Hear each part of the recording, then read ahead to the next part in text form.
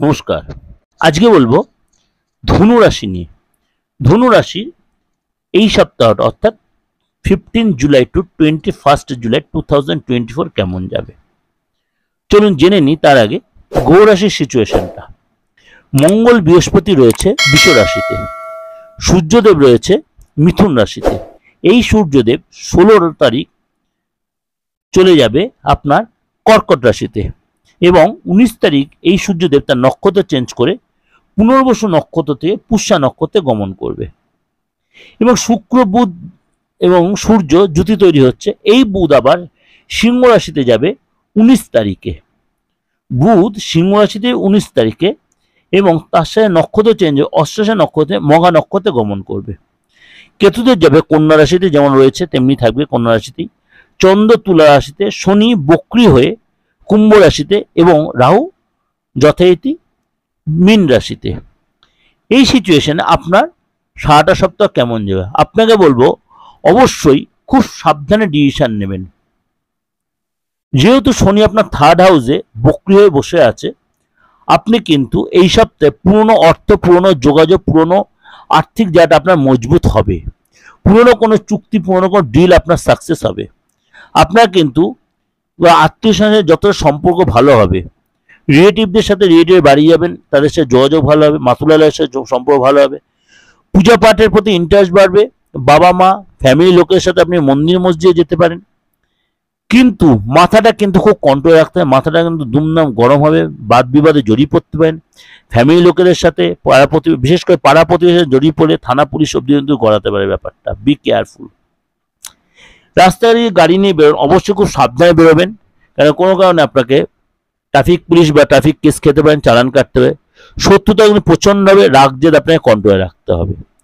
এবং বাবা মার সাথে আপনি অবশ্যই কোথাও তীর্থস্থানে বা কোনো পিকনিক স্পটে, টুরিস্ট স্পটে আপনি ঘুরতে যেতে পারেন। এবং আপনার যেহেতু বুধ শুক্র আপনার একসাথে জুতি তৈরি হচ্ছে, কোনো কাজ আপনার মুখের সামনে থেকে আপনার কিন্তু কেটে যেতে পারে বাবা, আপনার একদম হতাশ করে দিতে পারে। কিন্তু আপনি বলবো হতাশ হবেন না। বুধ আবার আপনার যেহেতু চলে আসবে সিংহ রাশিতে 19 তারিখে, তখন সময়টা আপনার আবার বেটার হবে। কোনো আপনি যদি ব্যবসায় কোনো ক্লায়েন্টের সাথে আপনি বাদ বিবাদে জড়িয়ে পড়তে পারেন, সেটা অবশ্যই আপনার মেনটেন করে চলতে হবে। খুব বুঝে শুনে কথা বলবেন, রূঢ় ভাষা বলবেন না।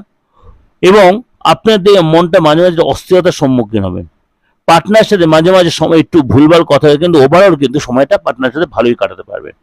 কোনো নতুন জব বা নতুন কোনো যোগাযোগ, নতুন কোনো অর্ডার পেতে পারেন। আটকে থাকা কোনো কাজ আপনার কমপ্লিট হবে এবং আপনার পার্টনার তার বাবা মার থেকে কোনো ব্যাপারে লাভবান হবেন। এটা কিন্তু ওভারঅল একটা প্রেজেন্ট করলাম এই চন্দ্র রাশির উপর বেস করে। যদি ভালো লাগে অবশ্যই লাইক করবেন, সাবস্ক্রাইব করে নোটিফিকেশনটা অন করুন, যতবার লোকে শেয়ার করবেন। আর এই যে প্রোগ্রামটা, এটা কখনো দিগদর্শন চ্যানেল, কখনো দিগদর্শন মন্ত্র চ্যানেল আমি হয়তো দিই। আপনার তার জন্য কি করবেন, একটাই রিকোয়েস্ট আপনার জায়গায় হাত জোর করে, দুটো চ্যানেলকে আপনার যে সাবস্ক্রাইব করে নোটিফিকেশন বেলটা অন করেন। এরকম সাপ্তাহিক রাশিফলের মতো মাসিক রাশিফল বা আদার্স কোনো প্রোগ্রাম বা এবং ট্রানজিট বা এবং কোনো তন্ত্র নিয়ে প্রোগ্রাম, আপনার প্রত্যেকটা প্রোগ্রাম সবার আগে আপনাকে পৌঁছে যাবে। যোগাযোগ করতে বুকিং নেওয়ার ফোন করবেন, আপনার ডেট অফ বার্থ থাকুক আর নাই থাকুক।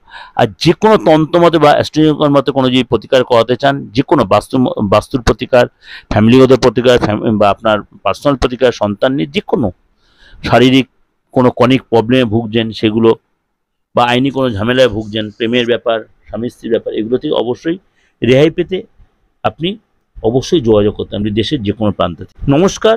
সারাটা সপ্তাহ ভালো কাটান, ভালো থাকুন।